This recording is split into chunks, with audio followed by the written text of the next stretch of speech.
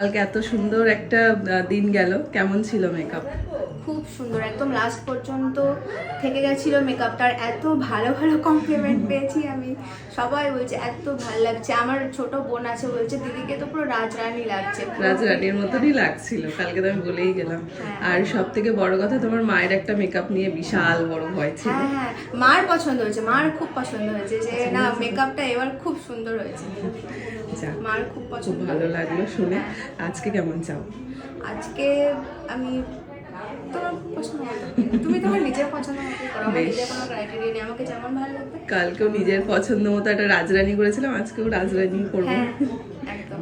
আবারও ন্যান্সি আমাকে জানিয়ে দিল যে ওর কোনো রকম ক্রাইটেরিয়া নেই, কারণ একদিনের এক্সপিরিয়েন্সেও বুঝে গেছে ওর কোনো ক্রাইটেরিয়া রেখেও লাভ হবে না, আমি ওকে সুন্দর করে তুলবই, এই বিশ্বাসটাও রেখেছিল। আর এইদিকে দেখো, জানলা থেকে ওই দিকে আমি দেখতে পাচ্ছি বাংলাদেশের মানুষ, আর এপারে বসে আমি মেকআপ করছি। বেশ একটা অদ্ভুত এক্সপিরিয়েন্স কিন্তু হয়েছে সাজাতে গিয়ে। ওপারে হয়তো কখনো সেভাবে যাওয়া হবে কি হবে না জানি না, কিন্তু তোমাদের এত কাছে যেতে পেরে, মানে বাংলাদেশের মানুষের এত কাছে যেতে পেরে সত্যি আমার একটা অন্য রকম অনুভূতি হচ্ছিল, যেটা আমি বোঝাতে পারবো না। আর এদিকে ন্যান্সির মেকআপ তখন চলছে, ন্যান্সির আই মেকআপ কমপ্লিট, ফেস মেকআপও কমপ্লিট, এবার লিপস্টিক অ্যান্ড ফাইনাল লুকটাও তোমাদের শেয়ার করবো। মাঝখানে আমি কিন্তু জুয়েলারিও পরিয়ে নিয়েছি। আমি আর এখন তোমাদের জুয়েলারি ভিডিও শেয়ার করি না, কারণ ওই যে শো অফ জিনিসটা আমার খুব একটা ভালো লাগে না। তো যাই হোক, এই যে পুরো ব্যাপারটা, মানে পুরো মেকআপটা আমি কমপ্লিট করেছি, একটা রাজরানী টাইপ অফ মেকআপ ওকে দেওয়ার চেষ্টা করেছি, যেটাও চেয়েছিল মাথায় ঘোমটা দিয়ে, কারণ ওড়নাটা আজকেও স্কিপ করেছিল, তাই মাথায় এই শাড়ির আঁচলটাকে দিয়ে আমি একটা সুন্দর গর্জিয়াস রাজরানী টাইপ মেকআপ ওকে দেওয়ার চেষ্টা করেছি।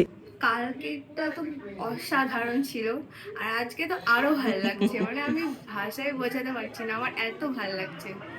এখনো তো বাকিদের রিভিউ দেওয়া বাকি আছে, আমি একদম শিওর তারা খুব খুব ভালো বলবে। বলবে। হ্যাঁ বলবেই বলবে। ওকে, থ্যাংক ইউ সো মাচ এই দুটো দিন আমাকে চুজ করার জন্য। আর আবারও হয়তো তোমার সাথে দেখা হবে কখনো। আমি তো আপনার সবগুলো ভিডিও দেখি, ভিডিও মানে প্রত্যেকটা কথা হয়তো আমার মুখস্থ হয়ে গেছে। বেশ ভালো থেকো, কংগ্রাচুলেশনস, যেটা কালকে জানানো উচিত ছিল। ওকে, তো টাটা। ঠিক আছে।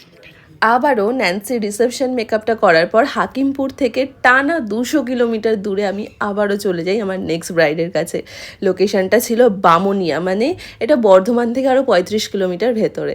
তো এই যে যাচ্ছি, যেতে যেতে তো আমার অবস্থা একদম খারাপ, কারণ টানা 2 দিন না খেয়ে বলাটা ভুল, খেয়েছি কিন্তু সেইভাবে আর নিজেকে কেয়ার করে হয়ে ওঠেনি, ঘুম হয়নি, খাওয়া হয়নি, ওই আর কি একদম হিজ্জিবিজ্জি একটা অবস্থা হয়ে গেছিলো।